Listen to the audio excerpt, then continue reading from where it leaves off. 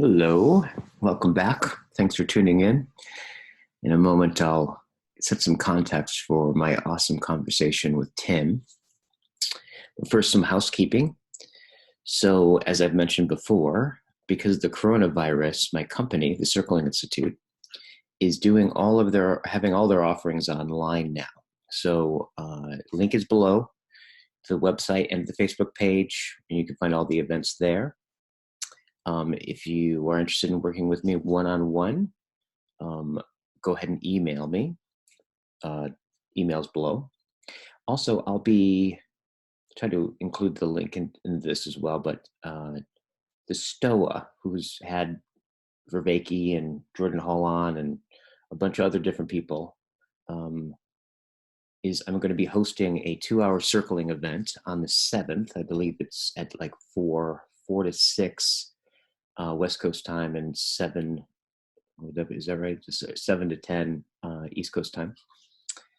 So, and it's free. So go ahead and sign up for that. I'll put the links for that below as well.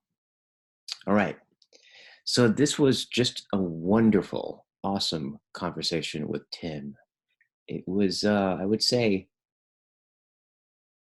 it was it's kind of the place where like the universal and the personal weave together, and we went back and forth with those, and I found Tim to be incredibly self-revealing and very vulnerable, and yet at the same time constantly feeling into a deeper pulse of things. And as I listened to him, I noticed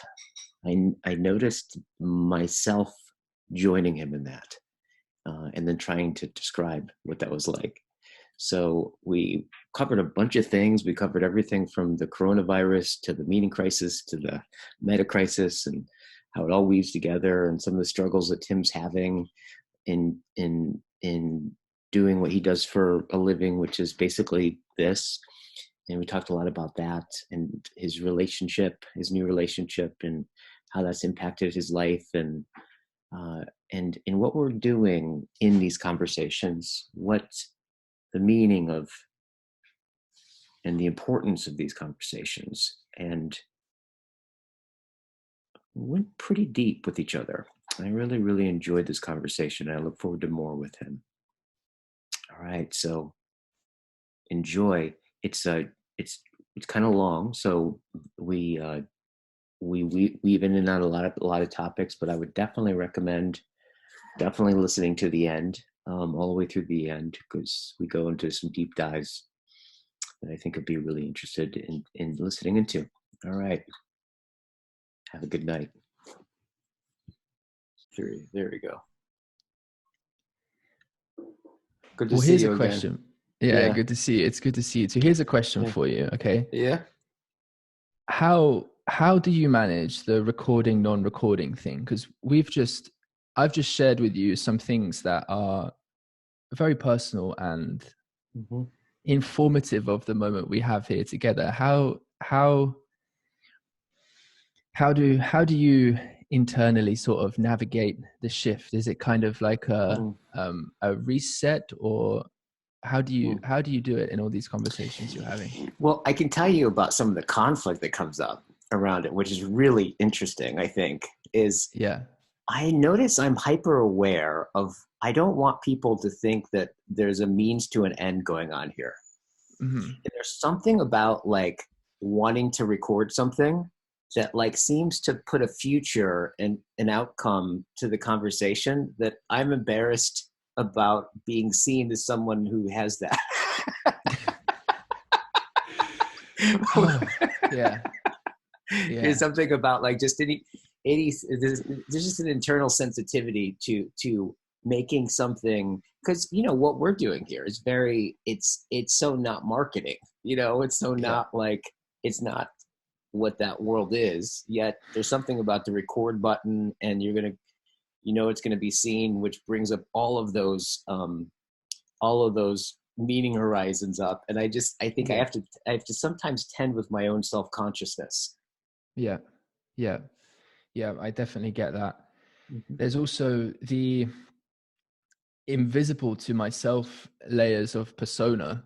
We were just talking, and I've just put on like several invisible masks here. like several, presumably, and because the environment changes, and I, I had just sort of asked you or posed the question, what is mine to do, and before then we were resonating around this feeling of what is it to be seen. And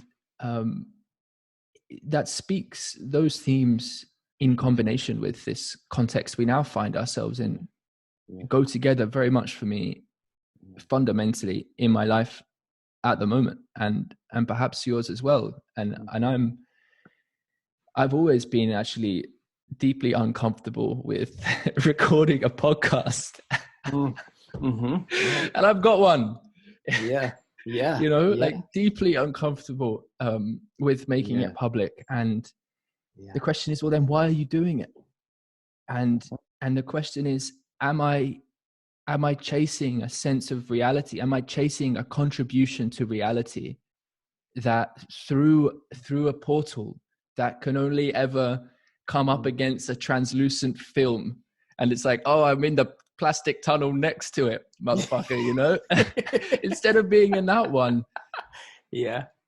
So I want these things to come together, and I feel like in some sense they are, but at the same time, as long as there's this, that we have with these additional layers of fear that show up, or not fear, but self-consciousness and who's seeing this, and it opens up the world of hierarchy and the prestige economy and all of those things that we might not wish our souls to be so entrammeled with, but somehow we live in this functional world where it brings back in the whole social world again. And man, that is an interesting thing.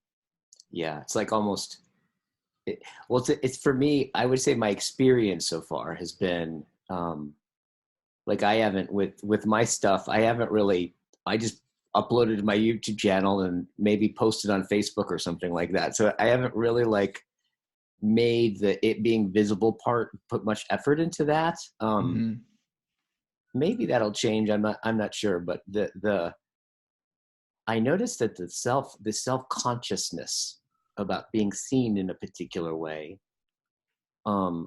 one is that just feels superhuman to me, right? Because I don't know any other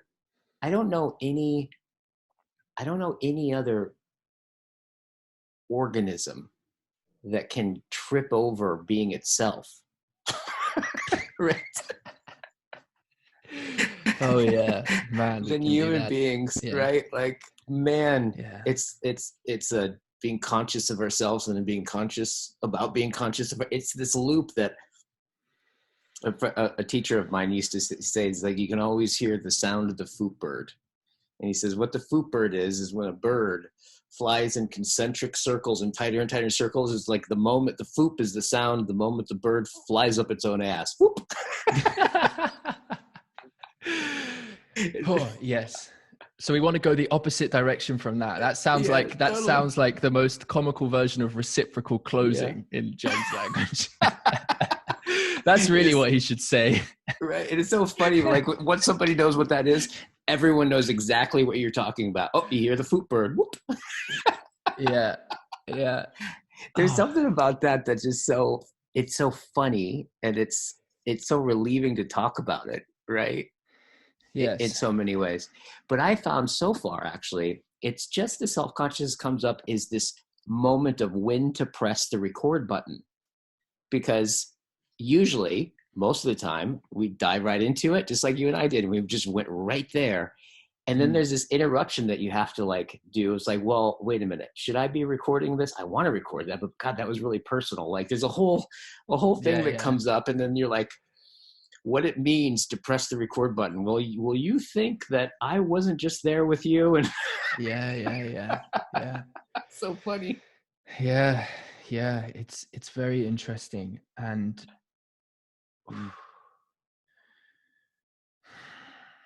well, and you're in an intense, to kind of backtrack a little bit about what we were talking about. I think, I just really appreciated what you said, about having what sounds like a very deeply stable presence in your life, right? A relationship in your life that's really, really stable in a deep way, right? In a way that I think you said you've never quite really had it like this, and such that going to bed and waking up are less complicated, and that changes everything.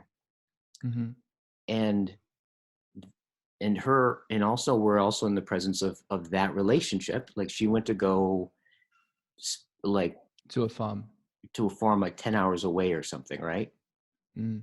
And you guys had just moved in together just about a month ago, 2 months ago, right? Yeah. Well, in the time of this crisis.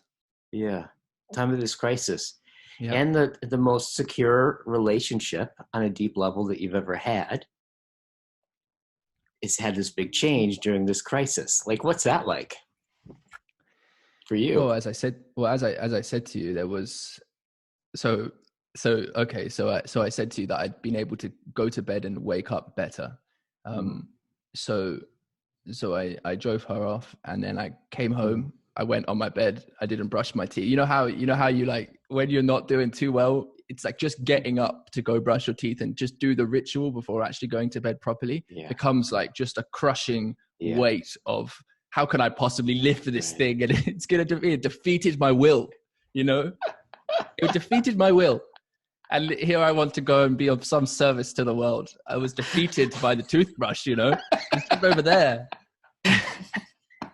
So I slept, and I knew it would give me a bad night's sleep. Woke up at 3:30, risk getting mouth ulcers, which almost always happens to me if I don't brush my teeth after a night. I didn't, fortunately, which is good.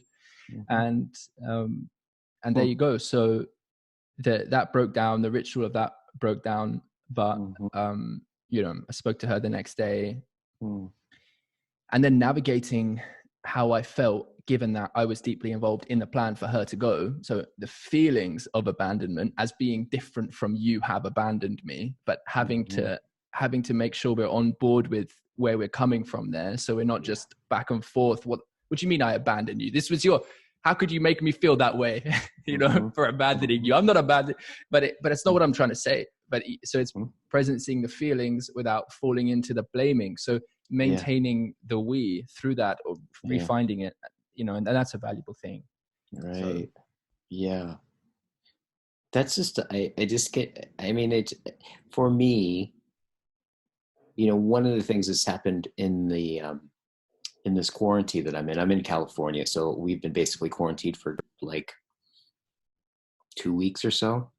And actually not a whole lot has changed from what I do during the day. Because like I see clients during the day, usually on Zoom. And the other change is in my business, where I teach courses and stuff like that, have always been in person. But we've moved all those online. But usually I'll teach on weekends and in a few evenings a week. So it actually, for me personally, hasn't been much of a change. However, my wife has been working at home. And what's so interesting about that was like, that's gone really well. Like in some way it's been ecstatic. 'Cause she gets to cook, and she's like, asking me if I need anything, and she's just blossoming in this wifeness, right? And it's ecstatic, right? So in some ways, like locally for me, the whole crisis has been almost the opposite of a crisis. It's been more, in some sense, more of what's good just got better, right? Or had me realize like the things most close in, I've just gotten closer and more meaningful for me. So if I think about that, and instead my wife had to go across the world, what would my reality be like? Right? Like, it's funny. I feel a little bit like, just kind of like some layer of skin got ripped off. Yeah. Well, what that brings to mind is that this is a time of retreating quite literally to the home. but the degree to which that's a retreat to somewhere you want to be versus a quarantine. It's the quarantine is the language of the opposite of retreat, really, isn't it? And and in this time of realizing what it is we do care about, really, I think if there is that retreat there and you find exactly what you've said, then that is a beautiful, life affirming sign. And I imagine there are many people who in retreating home find a whole load of demons. And this is interesting. Domestic violence has just gone through the roof, and you can kind of see that coming, right? Yeah. I mean, I think what this gonna in many ways, I think that what the coronavirus is doing, right? If we back up a little bit, I think it's not the crisis, it's revealing the crisis. Right. And I think that and now again, if like it had a whole bunch of different circumstances, I'm sure I personally feel really different, like we were talking about. And as time goes on, I may actually have to start dealing with, because I haven't, no one that I know has gotten the virus. Like I haven't lost anybody, right? There hasn't been any big it hasn't been financial. So I haven't been hit by it personally. However, there is a sense, right, of waking up to the multiple layers of unstable structures that have been very, very weak, however, have worked in such a way that they don't reveal their weakness. So we build another layer on. I mean, the financial system seems to be the most exemplary of this. And so everybody, generations, at this point, right, have been walking around on top of seeming stability that have or will be perhaps reveal its profound untrustworthiness. I think that's happened speaks to something that's been going on for a long time, right? And such that you have a virus that comes in that knocks our ability to do and to manage those systems and what it takes, and shuts down, and then those systems fall apart. Especially having those systems not anticipating or rationing, right? Prepared, even though we knew this was on so many levels, we knew this was going to happen, right? Yeah. What's happening is it's revealing a situation that we were already in, but making it much more foreground. Yeah, absolutely. I feel exactly the same way. I wonder if we could sort of explore, this is like a purely speculative kind of psychological analogy. And I don't mean it to be, hey, this is my theory, of the thing that's going on right now. But you know how in a relationship, one that has had a wound there, and it's a deep one, it needs to come to the surface, but neither party is either aware of it enough or perhaps possesses the courage or capacity to navigate it with its current. It stings too much. And so, it might go on for some time and people take little jabs at each other, and that energy that could be put to that adaptive use is now just being kind of, it's further wounding it. And eventually we're going to kind of stumble our way into cracking into each other. And then we're going to be left on the pieces in the floor. And okay, we've got to build up from here. But if we don't have the skills, or if we didn't build that resilience in us, or if the problem is too deep, well, we can't rescue it. And that's what we were scared of to begin with, that it couldn't go on the same, but let's just imagine it kind of is. You know what I call that? What do you call that? Childhood. Whoa. Yeah. Oh, well, it's, what that brings to mind to me is the challenge again of growing up and being seen properly for who you are, growing really into who you are without the restrictions on that, which people might think are part of what's necessary for education, and maybe in some cases yes, maybe in some cases no. Not an easy thing to become who you are in this world, because if the world is a Titanic on a high rope to nowhere, well, you gotta just stay exactly where you are, because it's fucking, we're on a high rope, man. And so it's like there's this, to pick back up on the metaphor, it's like there's this almost like the collective psyche is revealing, as you put it, is revealing through in that haphazard way of just, well, actually the only way we can wake up and see this is by collapsing, and let's just hope that there can be emergence through that. And I feel there can be. But then it's so hard, Guy, because always things come back to me. It's, well, how much do we want to care about things? How much should we be caring about things? And then it opens up all the world of potential suffering that you can envisage, which are your attachments of what that is, your fixations of what that is, billions of people who potentially might, whether it's displaced and die before their time through climate change or some other crisis, or a solar flare, we lose the grid, or war, or geopolitics, all these potential things. There's all these ways things can get so much worse. And it's like, well, is the movement now to do something about that? Like, are we not accepting the dissolution of the phoenix into something else? Like, where am I to find myself in all of that? And how can I be on the side of letting go appropriately so that I can truly reattach to what is vital? Right. It can't be solved in the abstract, of course, but that's the difficulty of the abstract terrain in presencing these things. Yeah, totally.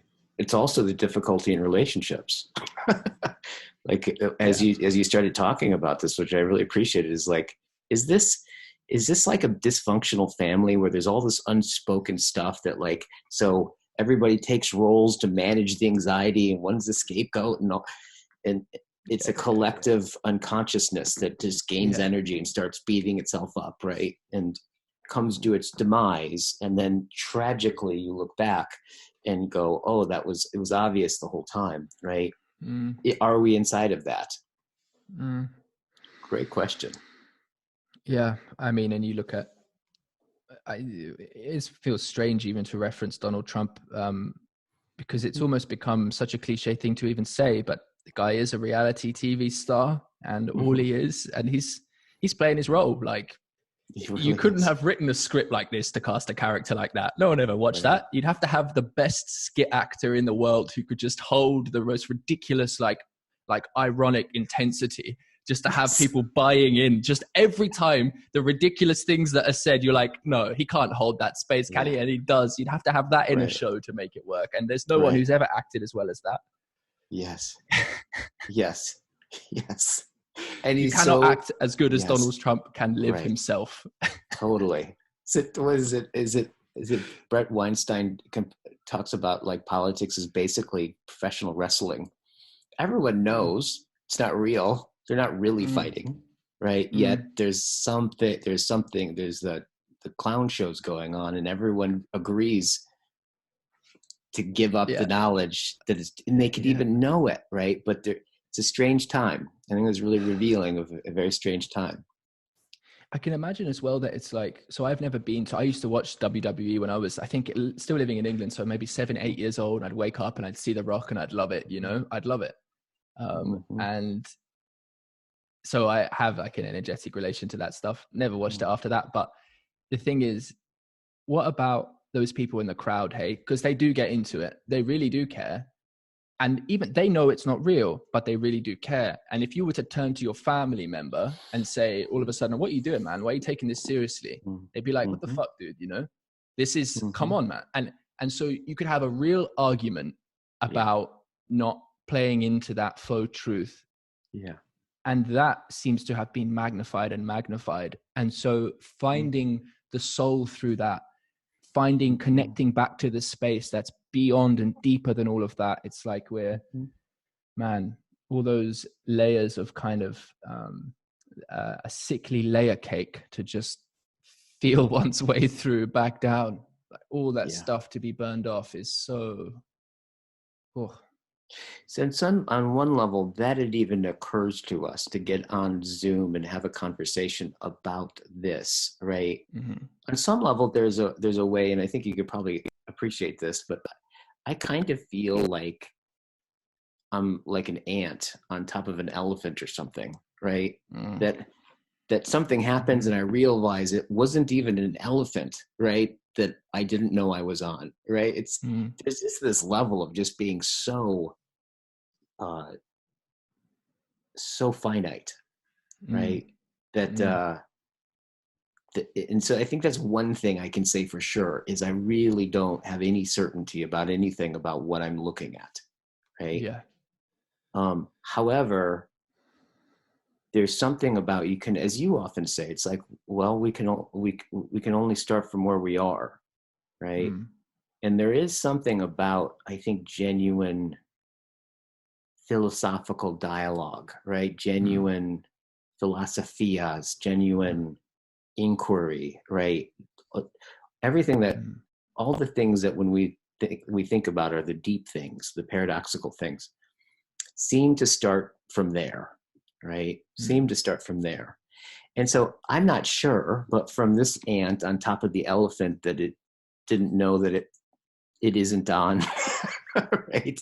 There is Mm. this sense of where I think about just watching the renaissance, the intellectual renaissance that's happening right now, like where Mm. we're watching on some level um, uh, philosophy and deep thought and these Mm. kinds of things not just be in academia. And so, some would argue that it's actually moving out of academia and is moving more into the public space. And we're finding out there's lots of people that actually um, are up for these kinds of conversations, are up Mm. for genuine dialogue, are up for the mystery, or have been thinking about it. And internet, social media it just seems to one open up a bunch of different horizons that make it possible for that to be revealed on some level. So Yes. there's so that, but part of the strange thing about it, why it's kind of like hard to press the record button, is because I actually don't know what my role in this is. Like there's Yeah. a way in where I'm writing, on some level I'm writing a book, but I don't know who I am in relationship to that. I'm going to find that out. Yeah. And so Yeah.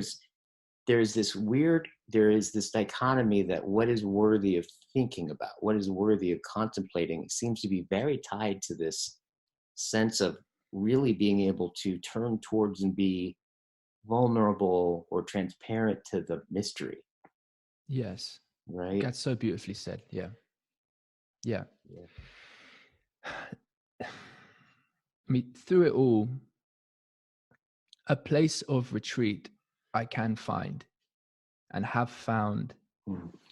irrespective of anyone in my life, Mm. is a retreat to, in my case, it's the page with writing. Mm. And all that is, in some sense, is the last bastion of a place of where it's okay to be vulnerable and to both be maximally vulnerable, which, by the way, is still, as I'm sure you've realized, it's still extremely difficult to be, even in the privacy of your own journal. Yeah. Still extremely difficult to be. Yeah. And often I think about my own expression as, I think the degree to which I don't feel safe enough to express who I am is the degree to which I add about 1,000 words onto every sentence. Yeah. Yeah. And I can add 1,000 words onto every sentence. Mm-hmm. I don't have to Mm-hmm. stop with that. So, Yeah. Yeah. and that puts an interesting spin on philosophy, because I feel very much the inadequacy of the philosophical institutions of our time. And here we will, like, this comes up against wounds that are, for me, still very much active, because Mm. there was a place where I had for a moment the thought that perhaps this could be somewhere for me. And that's many years ago now, maybe probably 8 years ago, where I would have had the aspiration of that. And then it was sort of, Mm. it was gradually revealed to me in stark ways. And I almost failed my master's. I failed essays because every time I wrote in a way that was growthful for me and expansive of my own mind and novel and creative and beautiful, every time I wrote something beautiful, it was criticized and the so it's there's like, so that's an interesting link, the relationship between. Can we pause just for a second? I just want to make Sure. sure I got the thing that you said. So it's like, whenever, I think what I heard you say is like, basically, when I move towards self-revelatory, world-revelatory movements of beauty that opened into new territory, expanded, revealed, and was revealed to and by, and I turned the outcome of that into the institutions, right? Is it kind of like, what I hear is, on one level I hear like a personal, like, ouch, like there's that part, but I also, is it kind of like is it something like the institutions, it's also, there's a tragedy on the side of the institutions that they weren't able to actually read that was happening and value it. And it came out instead as criticism that missed what was actually beautiful and personal about it. Is it? Yeah, I think that's a very fair way of putting it.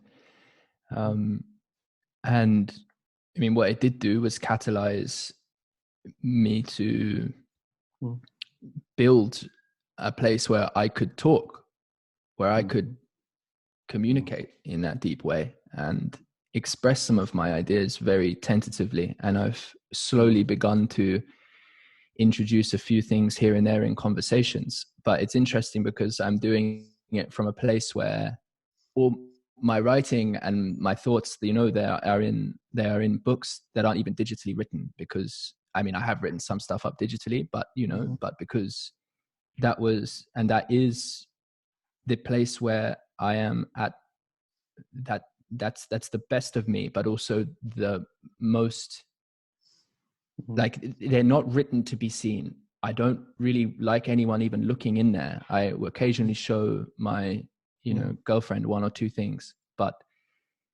it's my own personal commune with the here and now, for the purpose of absolute baseline building of coherence and effective and loving relationship with life, which I call loving transformation.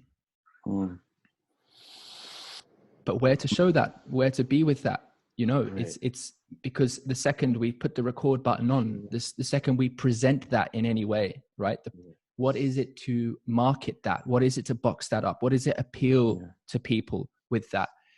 I truly don't know. And I am still in the dark about what and where and how for that to be seen, if it should be seen. And this is perhaps, fundamental to what we're all experiencing, maybe. Yeah, I don't know. Totally. So I just really felt a lot when he said, actually, it's just interesting. I wrote that without, I wrote it not for somebody to read.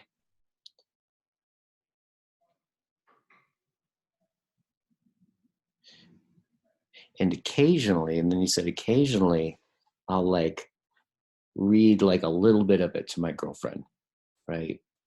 Or somebody important to me. But even that's a lot, right? So there's like a nakedness that comes, there's a nakedness there, that there's something about tolerating the nakedness of the response that could come, right? That seems like it would just go, there's I think what I'm feeling into is just this kind of sense of this difference between, there's something about like when you wrote it, you were being profoundly vulnerable. When you move to it being read, you feel exposed. Potentially. Yeah. It's, I I think I am, so it's towards that way of exposure. That makes sense. Mm-hmm. Um, How would you put it? there's, well, I wonder about the very, Mm. like the forlornness, the sincere forlornness of expression itself, Mm. you know, that even here and now, if we were to mistake my expression Mm. in some sort of isolated box from wherever the contextual relationship of this and everything else was, which no one has access to, all of that perspective, right? So my expression is made true, is true in relationship to that which in fact no one can be all with. We can be kind of with a relationship with each other, Mm-hmm. but there's a forlornness in that my expression becomes, it's like it's a fading note, you know, and it was part of something, but it's a fading note. And there's what we really are, I think what we feel we really are is actually the thing which notes, right? The thing which plays. Yeah. And so there's the inadequacy, but the beautiful, tragic inadequacy. But then also because there's that tragedy in affirming that artistic impulse, affirming expression itself is so beautiful. And so, and that's why we value, you know, we value it so much and we respect it so much, and we, you know, it touches us so much. But in all of that artistic expression, it is forlorn ultimately, because we cannot ever capture but for playing a small part in the revelation of this flowing artistic co-creation that we're all inexorably a part of. Mm-hmm. Right. So there's this other part of it. What I think I heard you say that reminds me actually of, because I moved to San Francisco originally to go to the San Francisco Art Institute, which I just actually got notice that it's closing right after 150 years of existence, just a couple days ago, which I'm still kind of grokking. And I paint and sculpt and I've been doing that all, like my whole life, and it's really interesting because I remember my first showing, and I had my first showing at the cafe that I got coffee at every morning, because I was like friends with the owners and stuff like that. And they're like, "Hey, you want to show your stuff?" And I had these, I was pretty ambitious. I had these, like, I was known for like sculpting things that were too big to get out of the building, so I would have to break them up. I still have sculptures. Oh, what a beautiful metaphor that is. Oh my word. Be careful about applying that too much. Yeah, I'm sure I still metaphor have to the rest of your life or pieces of lives. sculptures like laying around in from my friend's backyard somewhere. But but I remember this, I got a lot about what it is to be an artist, right? And the relationship to the work of art and the artist. Because I'd go and get my coffee, and you know, they were these huge paintings. So they were like, it was clearly art was on the walls, right? And so I'd be sitting and I'd be in line, and then I'd hear people get into conversation about it. And they'd start talking about what this, like, you know, they were these figurative kind of Michelangelo-esque kind of surrealistic, huge things. And so I would hear them interpret the meaning of it. And it wasn't what I meant. And it would drive me crazy, right? Like, I'm like, that's not what I meant. Like, that's not what I meant. And I after wrestling with that for about 2 weeks, I started to have this sense of like, this question started to be introduced to my mind of, well, whose is it? Like really, like, is it just my expression and therefore I have sole proprietorship over its meaning, or is it an event between the viewer and the work itself that is no longer Guy Sengstock's work? And I got to witness that over and over, and I also got to witness my attachment to what it meant, but kind of realizing that there is something about the artistic. Being an artist is to put yourself in a position where you are constantly birthing giving birth to and being birthed by something that that is in many ways beyond you. Yeah. And you got to let go of. Yeah. It's so goddamn personal. Yeah. Because you just put everything into that painting, right? Yeah. Like just the idea that they can like misinterpret it, and that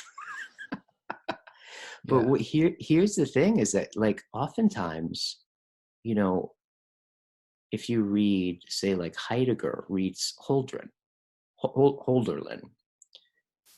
and Heidegger is basically hearing what Holderlin's doing about revealing these deep truths about the shift in the metaphysics of the history of being, right? And I guarantee you, Holderlin didn't have any fucking idea that that's what he was doing, right? I would imagine at best, if he read Heidegger's work, like what Heidegger like fully thought out what he was saying, I bet Holderlin would be like, he could feel like the echo of like, oh yeah, there's this edge of this intelligibility, like, oh yeah, I'm glad someone said it, right? Yeah. But I'm sure most of the time he'd be like me in the cafe. So, Right. so there's this interesting thing where, and I know that Heidegger said this about Holderlin. He's like, look, all you need to know is he was born, he wrote, and he died. That's about all you need to know. That there's something else happening that goes beyond our own personal biography, even what the creator, right, intended to say. What ends up being said, right, when it's art, it can speak to the whisper of the sensibility moving through the culture that no one can hear until 100 years later. Yet there's this dichotomy of like, as the artist, you got to just paint with your own blood practically for it. Yeah. But you don't even necessarily know what you're saying.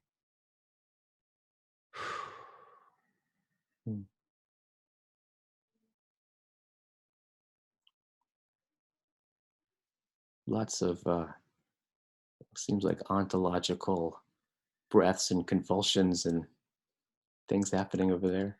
Hearing all that. Well, I think you just said something that is more or less complete.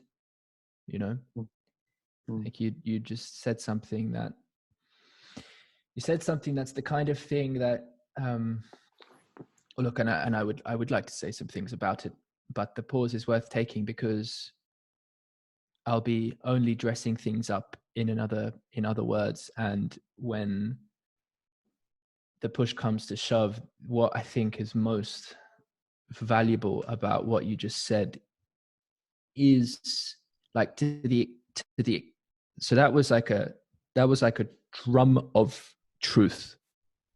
And in response to that drum of truth, I don't think the right response is to be like, oh, let me see if I can play that drum of truth in a different way, but have it be the same drum of like it's like, no, what does that make me do?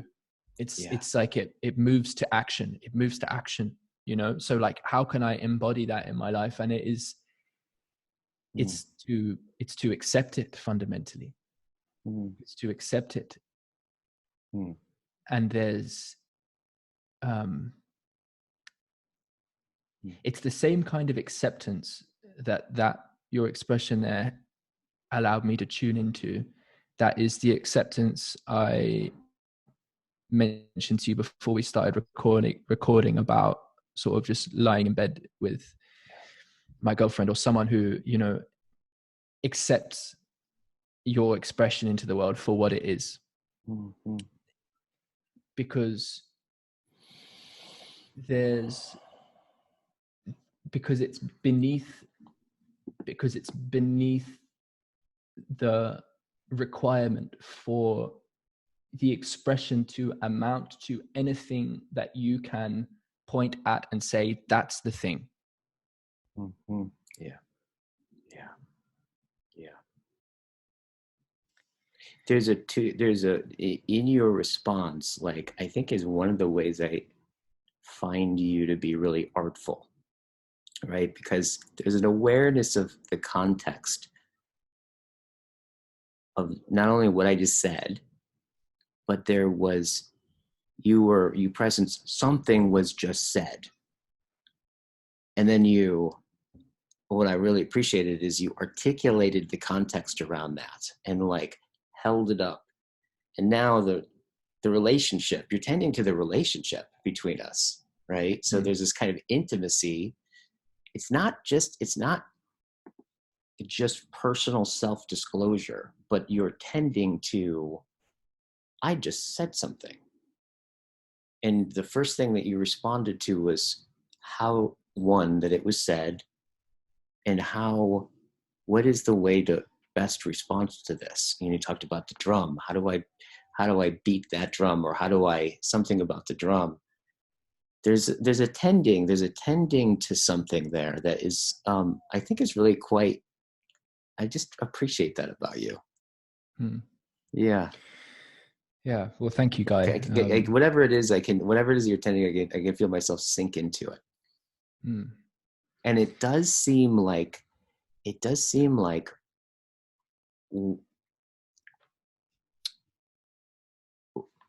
when something's taught to bring into language and you attempt to do it and it's difficult to do it, it seems to me that it's because you're listening to something, you're looking at something, and you're hearing it first, you're seeing it first, and then struggling to say it. There's an intimacy within the expression.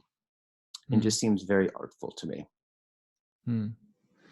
Yeah, thank you. And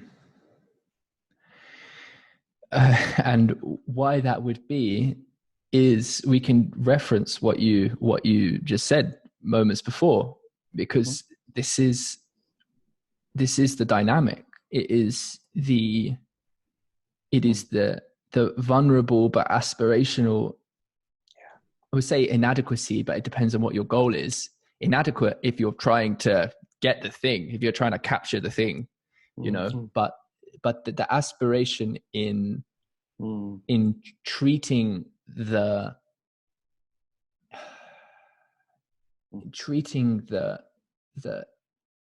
pulse of the insight, the rhythm. It's like it's because what can we do really?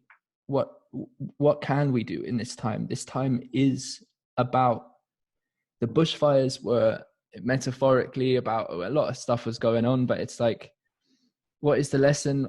Burn off what is not serving you before nature burns all of it off, including you, And now it's like, well, what is it we should be caring about?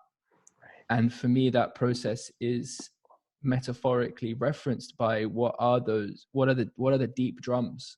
Like how can we tune into those deep drums, and we hear that pulse, and when we know it's a pulse of those deep drums, to act in accord with it, not to be stuck there, but to go again, right? To be on the pulse. It's a collective thing. So and look, okay, so this is you quite care. So you care about that. I care about that. Yeah. I care about that. Yeah. That's why I'm here, really. Yeah. The reason why I do the podcast at all is because I think in being so detached from participation in that process somehow, that there's such a absence of tuning into that, in at least what I was seeing. And there was, it's doing that thing. We have to be more in touch.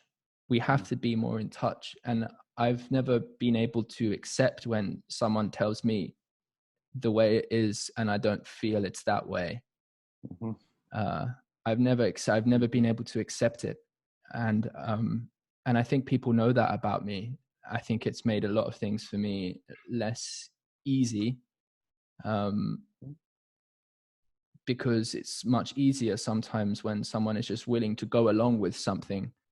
But to the extent I'm willing to go along with something I don't feel is right, the level of God, it's like I feel like I turn off like 99% of my capacity, and I don't even have the words to speak sentences. I say a million times, and because you're trying to navigate through a tiny little box up here, it's like, oh wait, what are all the lies that in our being we're telling each other right now? Yeah. In order for me to convince you that I'm someone who can do this job for you in business right now. And that's what I really want to do and what I'm passionate about. I am not passionate about that thing at all. We're in big trouble, existentially, deep trouble, civil, it's a real problem. And I can see it in your eyes, and I can see it in your eyes that you're not happy to be here. And I could be the person to talk to you right now. We could do that, maybe. I could be some way, I could say something, and maybe you tell me to fuck off and with your eyes, but there would be something, it'd be like there was a little play, someone's played the drum, know, and it spurred you into being from somewhere that's now slightly more in tune. And that is what we need. And that is a risky and vulnerable thing. That pulse, when you said that pulse, that's just like, I just kept feeling like just being right on that pulse, right? Of and in some level, I'm feeling into that pulse, and therefore when something, the world shows up as not that pulse, there's dissonance, right? This is what I'm kind of hearing you say. But in some way, the suffering about it, like the suffering around, or the dissonance around, or the struggle around, all presupposes the pulse. And just when you said pulse, it just like it listening to you, it just cohered through your cells to my hearing. And I've just been listening, kind of like, oh yeah, that is what you're feeling into. It's like a pulse. And there's something, so what is it to realize so I use the word transcendent, the pulse deeper than a particular pulse, the transcendent pulse, the deep drums? What is it to realize the deep drums that can cohere the music of dissonant pulses or drums up here? And that is what we need. We need and we have that onboarding us in that. We have the machinery, we have the processes, the very processes which make life possible are what we can realize and cultivate in each other in authentic expression, as you do, that enable us to be with a pulse deeper than what was isolating us previously. And that is the core of the sacred making capacity we have. And that statement has to apply to, it applies, but applying that to the full stack, it's like, yes, that religion, you actually have to be able to worship the same, be in with the same sense of sacredness. And that's what we need. And if we don't find that, if we don't make that happen, then that's what I'm attached to. That's if I give up on the attachment of that happening one day, then I've actually given up on the possibility of this iteration of the pulse continuing. Yeah, I loved it. I really loved how all it just kind of came together and cohered through you in that moment. I just loved it. Yeah, it's really great for me. Well, thank you for the opportunity, Guy. I wanted to say that when you told the story of your own journey with sculpting, creating a work of art, and realizing that the creation of that thing became an event, an eventity, an occasion to be participated in with others, that actually was the more vital thing than what you thought about this thing, even though your birthing of that was very much also the thing. what that brought up for me pragmatically was that in the project of what I'm doing with Voice Club as it became Voicecraft, I've been aware of for a long time that my own following my own authenticity in the moment is inadequate to the aim of what it needs to be. And I've released things on it before where I'm not involved, and that is the aim. But releasing control of that has not been something I've been able to do, and that's partly because of basic Maslow's security reasons. Is that I've poured my life into it, and I've been eating off credit cards for years, and it's made no money. It's only cost me money, of course. The Patreon has very little on it, but there's a sense in which, well, if it grows, I need the money so I can live, and how, but even that has been an issue. And so what needs to happen is that it needs to be opened up and become a true collective, and that's what I want. And in a small way, if you would, and as I've said to you before, and I've said in an introduction to a podcast as well, there's mastery in what you do, and if you would like to publish some of the conversations you're having, where you just do it to YouTube, if you want to publish them audio wise on the podcast, then I would love for that to happen. And I also I need to open it up so that we can all participate in it. And if that doesn't work, then I'm going through this thing of thinking, well, what should I be doing? Maybe my energy needs to go somewhere else, but I'm not quite at that point yet. So yeah, relinquishing, and even though I know it's true, like I'd been there before, do you know what I mean? But there's a sense in which that took me right to that place again. And it would have been, I wouldn't say a lie, but maybe towards that way if I didn't express this to you right now. So yeah. Anyway, that's that. I want to make sure that I got the thing that you expressed. Sure. I'm not sure if I did. I think what you expressed is,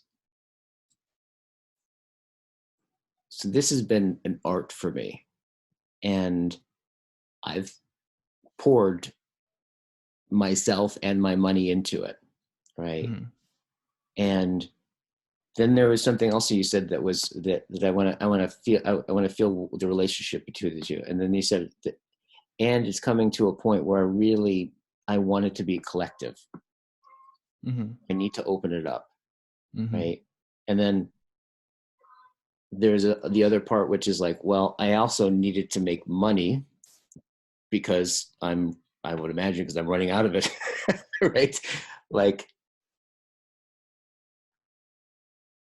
and then there was an invitation to become part of the collective, right?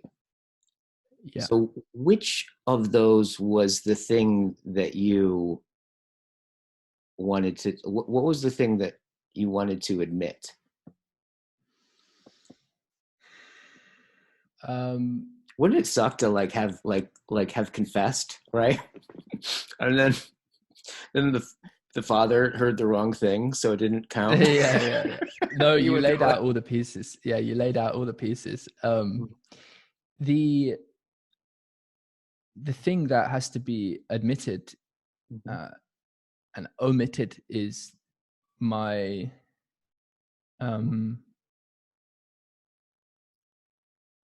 the sensibility I have toward the ownership of it.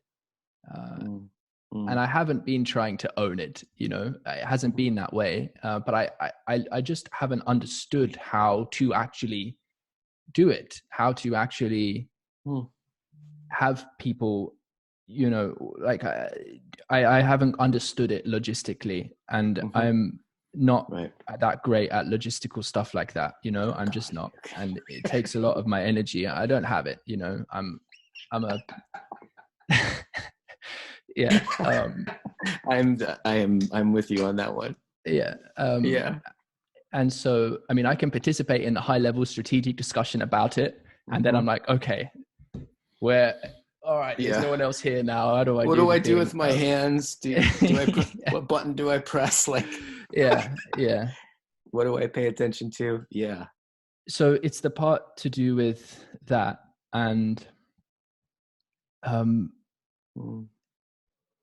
because the thing is that you already are a part of it. Do you know what I mean? That's the thing about it. You actually already are a part of it. The most I can aspire to do is gesture at the thing we are already doing, to the extent we are realizing ourselves together with each other. It's simply to gesture and invite people to be here now with each other, in a mutual learning environment.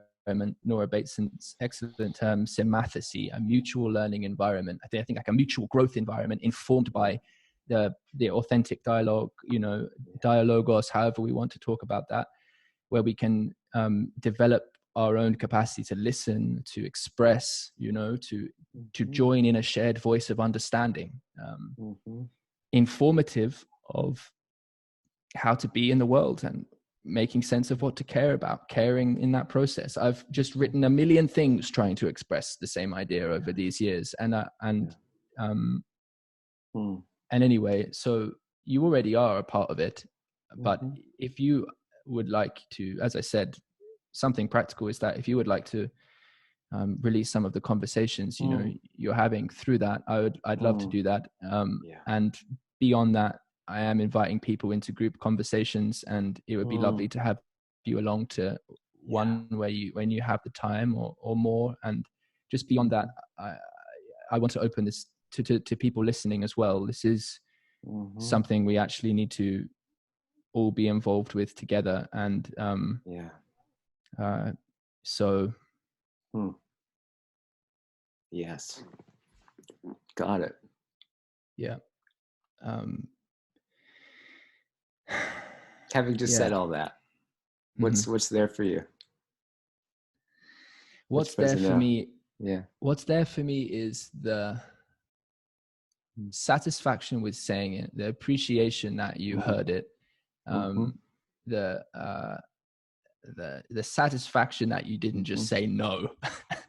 You know, the satisfaction that, I think there's a reasonable possibility that's like a meaningful course we could take together to some end, and obviously communicate that about that completely, but on, you know, on an ongoing basis, but also that I know that there's a certain discontinuity coming when we hang up from this call, and there is a sense in which I'm going to be here again, back with the feeling that I'm having to push my way still towards the mountain rather than be pulled towards it. And sometimes I'm pulled, and most of the time I've been pushing pretty hard. Like, I feel very strongly that masculine principle of having to push things.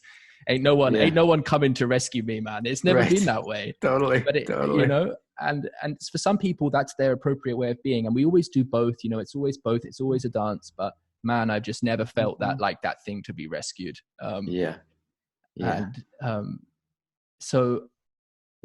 And there's a tiredness I have with that, but also, you know, but I know I won't give up on it, you know. So it's a matter of keeping on, really. Yeah, totally. I think it's like a couple of things. Like, one is, I think part of also what I'm hearing, and I'm appreciating, because I could feel it when you said, like, I'm kind of, like, part of me's tired. Like, it's a lot. You got to schedule people. You got to figure out when you put stuff on. Like, I would imagine making the picture that you put on the thing. I would imagine probably.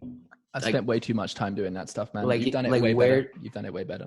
Where to put your attention on what's the most important thing. These are like, there's so many logistical things that go on with this. And on top of it, a tremendous standard that you have to stay on the pulse of it. And the pulse itself doesn't seem to give you any directions on the strategy of how to make it work, right? But there's a necessity to make it work, which is probably the push part. And then there's the calling that even has you bother to have it worth it, right? Which is the pulse that you have a standard to be true to. But the doing of it and the pulsing of it are not, they don't necessarily account for one another. And so I think as I'm bringing words to that, I'm just bringing words to, I think, everything that I heard, and just appreciating that. Yeah, there's something about, and I don't know how helpful this frame is psychologically. I think it's probably not very helpful psychologically, but evolutionarily, there's this, well, we know that more women have reproduced than men.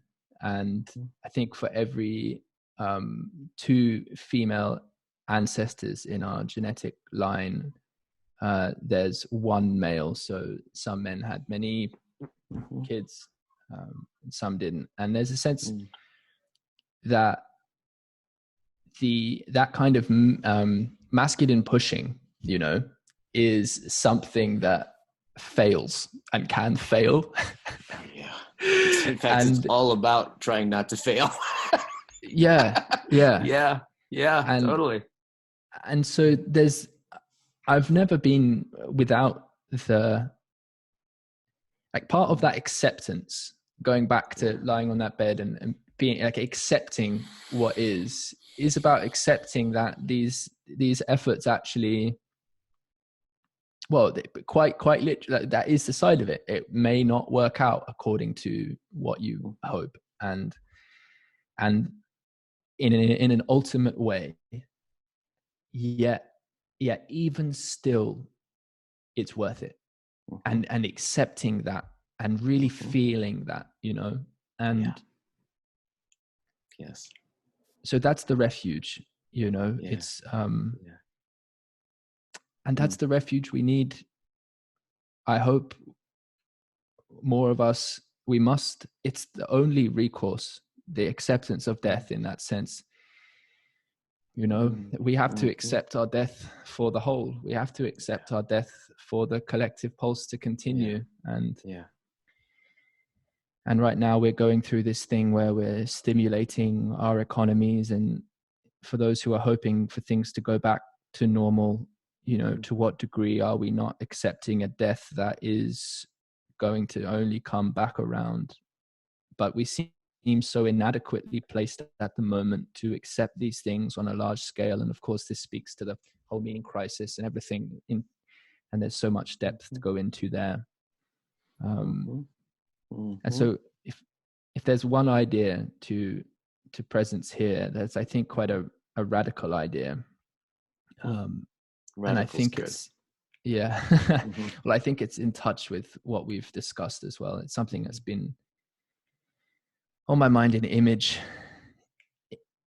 The image of it in my mind used to play out for me as, okay, so I'm on a stage now. Maybe it's with a mainstream outlet, right? In a beautiful theater. And this is a place where people paid quite a lot of money for their ticket, and they're all quite well connected, and they're all the people of society, the ones who might be orienting to something meaningful and important, but they are it's like, it is the stage, so to speak, which is, I mean that almost ironically, because of course the stage as well is you with the pen. But on that stage, all of a sudden, in that frequency where everyone's kind of nodding along, like that was just the amount of radicalness we were here to see, right? We feel kind of titillated and thrilled, and we're all quite pleased about that. And then all of a sudden it's like, oh, actually, to turn left on that. And whether it's you feel like the prime minister just quite literally taking off the clothes and saying, we are all going to die. Mm-hmm. Mm-hmm. Mm. The notion of dropping, of cracking, of piercing back into the deeper layer of collective awareness, into that space that's already there but has been covered by the veil, right? And we've forgotten about it, as you so put it. Such a beautiful expression, covered by the veil. And but having care yet for that process, and that's why in many ways I've been, my experience in having these conversations, not today, not with you, but so often I feel I'm showing up as 10% of what I am. And I say, as I said, 1,000 words to say a sentence because maybe I'm not ready to go. That's fucking ridiculous, or something like that. Or be the more aggressive side of myself, or be more fully who I am. Right. And it's partly because there's a vulnerability in that, but it's partly as well because I have a care for being gentle and being caring with the movement of moving towards that place of dropping things. Right. But when does it become appropriate to impress upon people that no, this is a time now of significance, really? This is an important time. And to do that with the fullest kind of intensity that really is can only come and comes from an encounter with the death and all of its torturous relationship to us, or like that the level of the void of non-being, the abyss of that, right? The pain of that, the fear of that. But to do that in a way that affirms it, right? So we're there gradually with each other. I don't really like upsetting people if you can't extend, if you're not there with them, if you can't care for it. And so it's tending to that thing. And I'm not sure how much, I'm not sure this is the first time expressing that sort of publicly. And there's, it's just how much we want to amp the art of that, and all participate in the amp and like in the art of that, but have the grounding, have the resilience to be with that and have that be something positive. This is crucial. Yeah, totally. So there's a sense in which what you're saying is, I'm concerned about, like, is my desire to be kind, right, and to be relational and considerate, is it wise? Is it wise, right? Like, am I worshiping the right God, right? When I'm doing that. And what I hear you say is, like, I sometimes have this sense that, like, I feel a burn or a fire or a convulsion come through, like a rage almost of something, like, wake the fuck up. And what if I should be saying that and I'm not? And who should I say it to? And, like, these are really, really, really, really, really important questions that I think they're really important. And it's not obvious what the wise thing is to do, right? It's not. Yep. I had a conversation last night with a good friend of mine about initiation. And as part of a series I'd like to do on it and invite people into multi-person conversations to feel into and discuss this notion.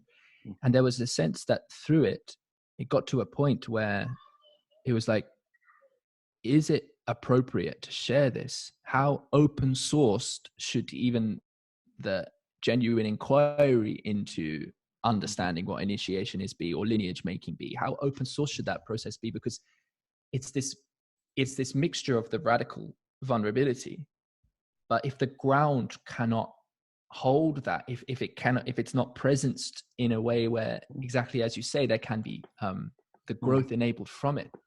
It's such a weird balance, and I honestly don't quite know what to do about it. But I've gone a bit further than previously today. Yeah. It's at the end of the video, you know, only people who are really resonating are going to get that far. And so that's the interesting thing, right? Like bottling yourself up into a 3-minute video for the intent to grab attention right then. So that's where marketing kind of comes in, right? It's hacking immediately, like the attentional disposition, getting someone effectively feeling like, well, this matters to my dreams and fantasies and nightmares right now. And I can, by buying this product, I can move myself somewhere toward that or away from that, which is really, we're working with that fundamental framing. Yeah. So at once being gentle with that, but still urgent, that is, and all the traps of taking on too much of the persona that comes with that kind of thing, right? The on the spiritual kind of thing, the danger of the type of the way of the guru, the danger of mistaking the messianic impulse to being that which is only in you, and people do that. But of course, it's always about pointing it back. We all need to, if we don't all go, no one goes. That's the thing. It actually requires all of us, and it's moving that way. And Daniel Schmachtenberger makes this point so well in reference to, you know, exponential tech plus rivalry is self-terminating. I mean, it's just one way of putting what is the trajectory of things, and it's kind of in some way kind of an abstract point in reference to this kind of thing, and it's the bodhisattva you know, understanding.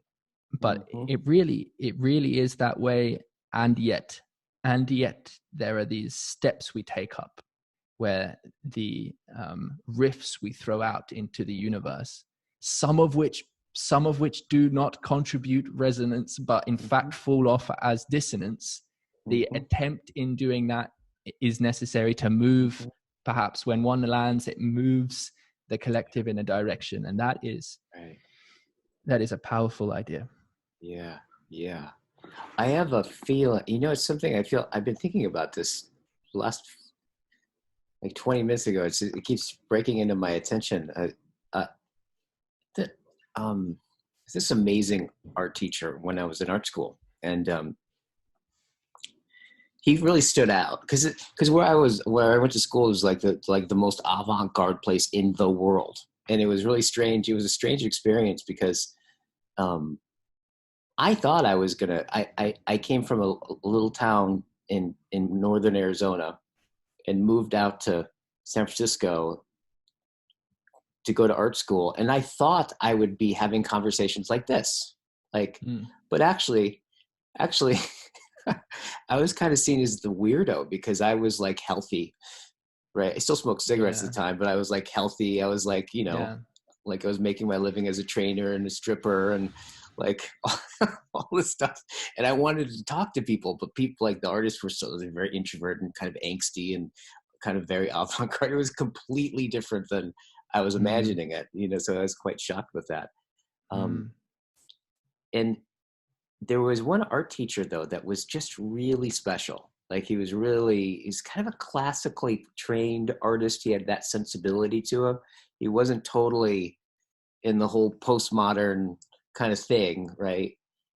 He really stood out to me. And he had this British accent, this really kind of cool British accent. He'd give these amazing critiques that were like, they were like spiritual revelations. They were always so inspiring, right?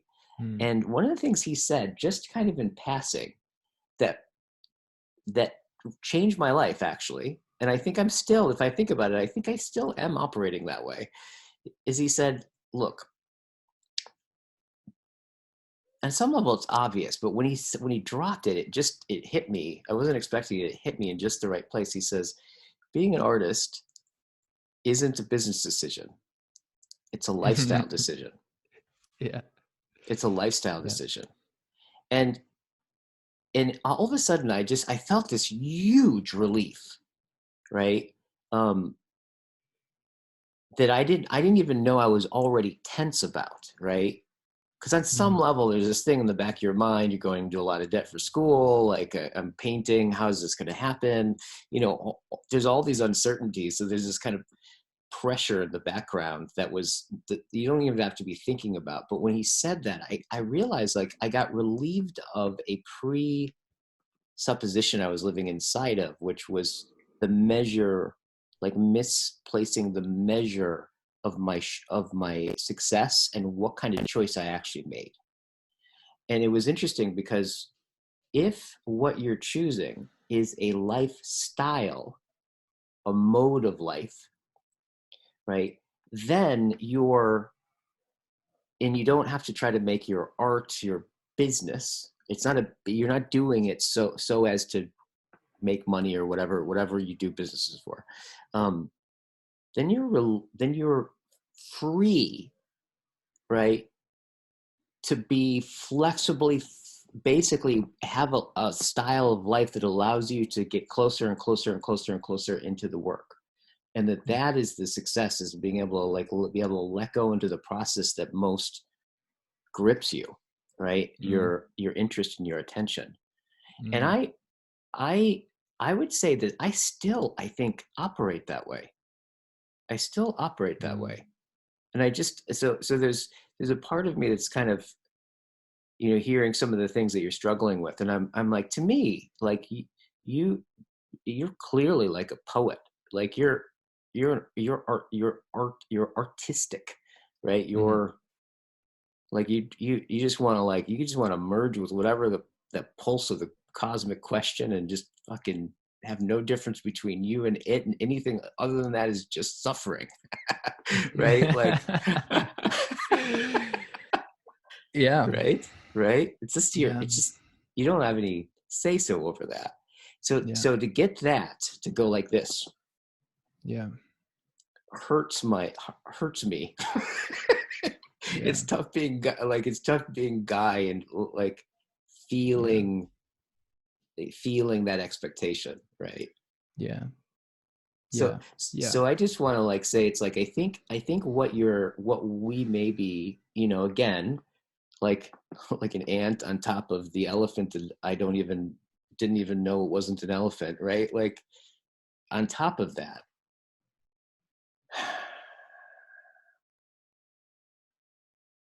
seems to me that what we're exemplifying is a process, not an outcome, right? That, for example, like people, I think, will probably listen to this, and what they'll be left with, I think, if we're successful, the success will be they'll be left with having just engaged in a mode of being and a process, right, that they'll try to articulate with things we said or ideas about this. But really, I think what we're presenting or inviting people into is by definition, is a process, right? And so I just think that I think is what I see you doing too, right? Yes. With your work. Yes. Right? It's like you're trying to exemplify or display and become increasingly more masterful at opening up a place in the universe where something like that happens, right? And that that is the product, if you will, if you want to put it in that language, right? The product isn't a set of propositions, right? But it's to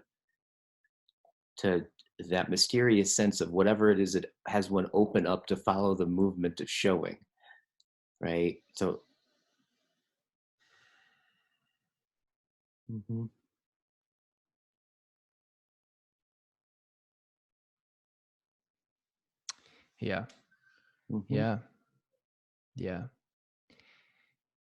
the involvement with, like, your involvement with what is shown, it's the collapse between audience and stage, in some important sense.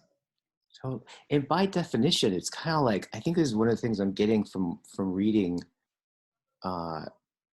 with Chris, the dialogues. We're just like, maybe a little over halfway through the first one, and it's already blowing my mind. You just get this sense of, there is this sense in which dialogos, like, and one level, what you're literally, you're reading words, you're reading a conversation, right? And you can't not read it by being in the conversation. It's so interesting to read it, because you start to feel like Alcibiades, right? You become Alcibiades, listen to Socrates, and you're watching yourself kind of fall in love with Socrates and being made a fool of. And there's these repeated questions, and there's these tensions that start to be enacted, right? And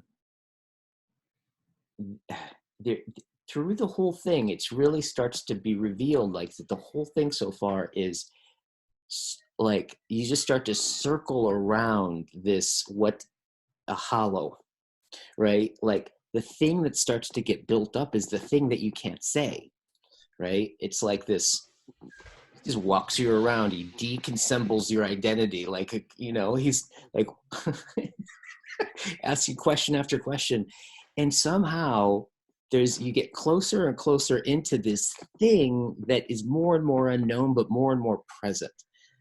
And there's this kind of tricky part where you kind of don't, on one level, there's some point where even Socrates isn't Socrates.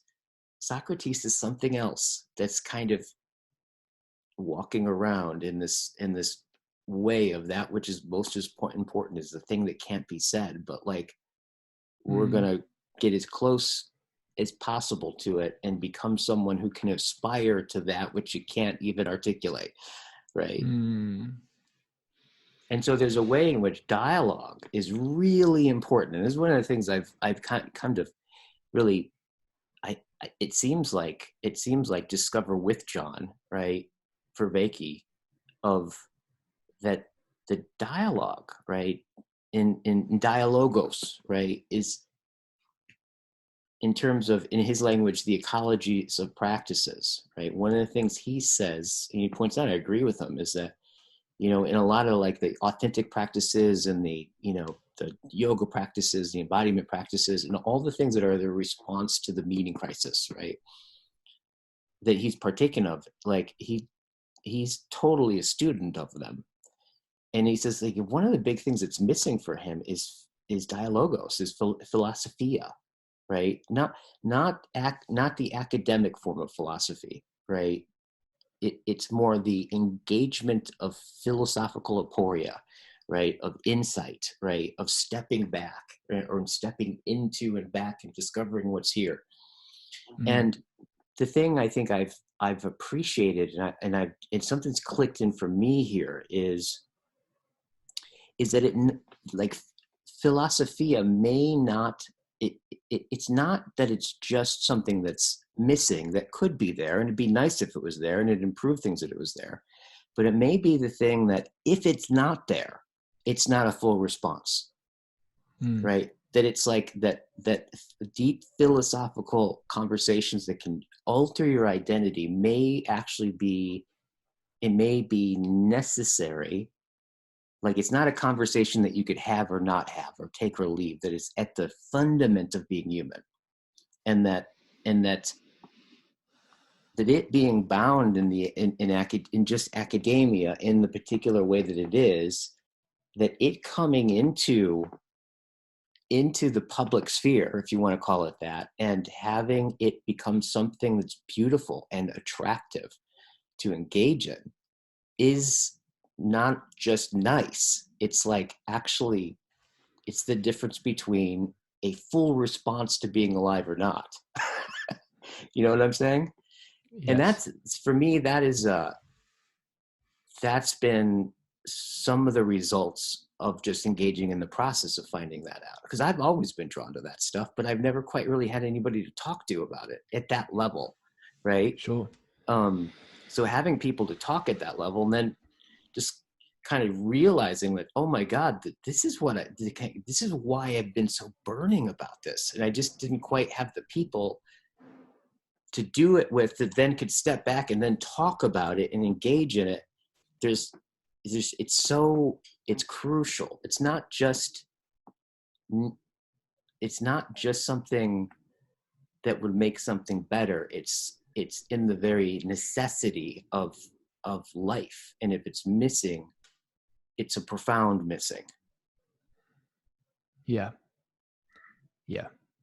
Mm-hmm. Yeah. That's so beautifully articulated. I thoroughly agree. Mm-hmm. Yeah.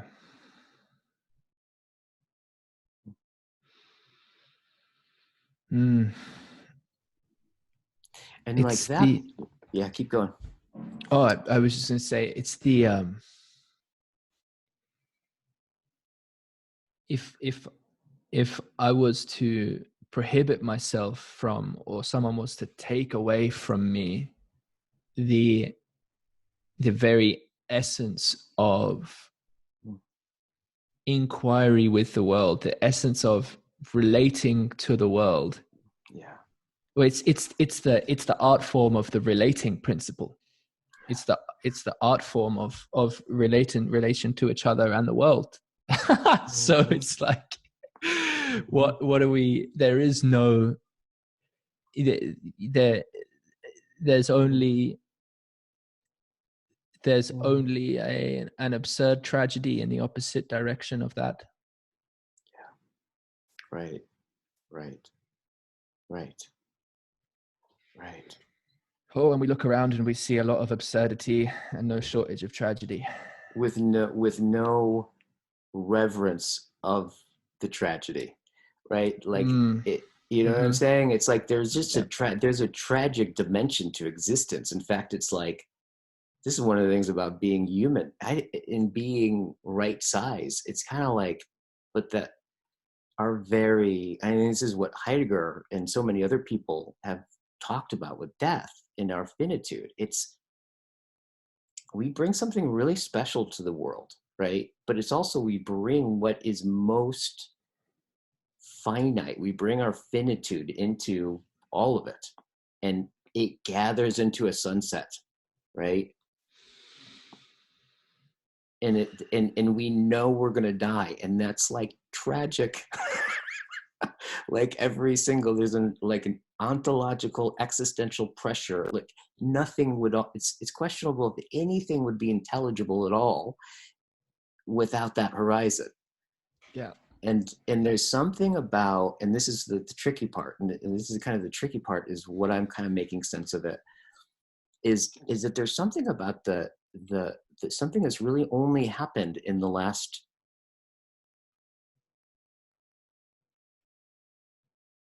literally in the last 15 years. It's been happening for a while, but the shift to the age of technology, right, which is where it's actually, it's a shift from where even the subject has been taken up as a resource to be positioned and optimized, right? And technology removes, technological objects, if you look at it, like point to the being of technology and our understanding of being as what makes everything intelligible the way that it does to us, has to do with, when we look at something, is we value it to the degree that we can remove the friction between us and it.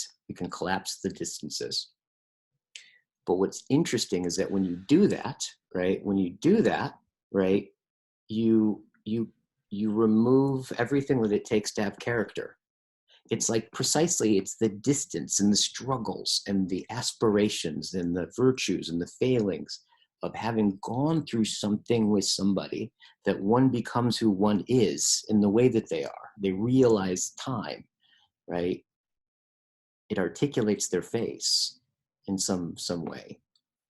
And this is what's so interesting, and what this is kind of like, I'm wondering about is this the coronavirus? It's a pressure that can't quite be optimized, but reveals that like we've had no friction. In fact, I get up, I don't even notice. The first thing I do is look at my phone, and that phone defines and fashions the way I think in terms of, right?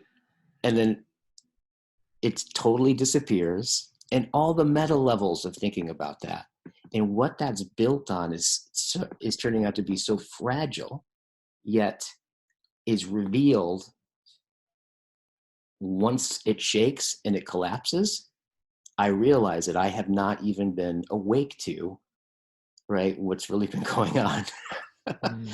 Right. And I don't even have the sense of moving towards it being something that would be worthy of character defining. Right. I think we're in a very, very, very, and it hasn't happened. I think it's a very different time. And I think this is what this could possibly reveal. Right. And so one of the things I take like solace in is that I just really, I went to one of the Rebel Wisdom sense making meetings. It was so cool. There was 25, 30 people that were just online. And then Jordan Hall comes on and he just lays it down. Like people asking questions and everyone's engaged in this kind of making sense of what's happening and his view on it. And this inquiry that I realized, like, oh my God, there's a whole, and all this in framing, there's a little rip in all that just kind of pours out, and it's something very different. And I think on some level you and I are a part of that, right? We're an articulation of it. We're living it out, right? And the struggles that we're going through and what we think about it on some level may or may not be true, but there's something else. I'm banking anyways on that there's a whisper that we're hearing that actually is the thing that's most determining, is like, and we're listening to it and responding to it. Yeah. Yeah.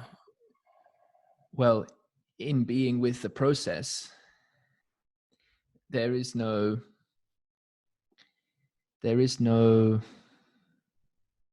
need to bank on it. In a sense, my body is, in some sense, right?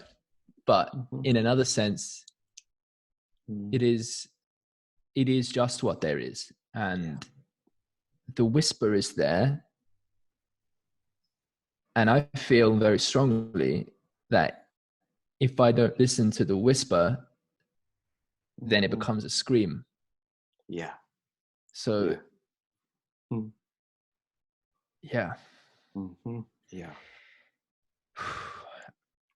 This has been a really remarkable conversation. I was really looking forward to it. I'm so glad we've had it, and me too. Just deeply appreciative of you, man. Thank you so much. Hey. Yeah. Thank you. I'm enjoying feeling closer to you and getting to know you more. Yeah. And may it be just the beginning. Yes. I always jump too quickly. Winston Churchill had an excellent speech where, it was after the Battle of Britain, I'm pretty sure. And he said, "This is not the end. It's not even the beginning of the end." Right. But it is, in fact, the end of the beginning. And I've just been waiting for a time in my life to say that. I don't know, maybe we're still at the beginning of the beginning, but let me know so that I can, say it.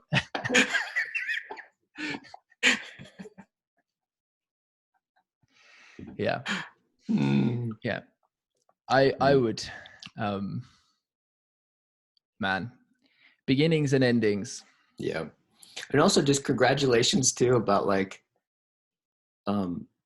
having a relationship in your life that you guys are living together and you like each other and it's deeply cohering and so forth, and you feel loved and you love. And I mean, on some level we're talking about pretty meta things, but by virtue, I can only talk about it in the way that I am because I have, on a very, very deep, basic level, I'm loved, and I deeply love and am loved by the people most local to me. Yeah. Yeah. That's such a beautiful insight. It's in my personal myth, a story I tell about myself to myself. The reason I am, maybe the most important reason I am like I am, is because I was loved so well when I was a child.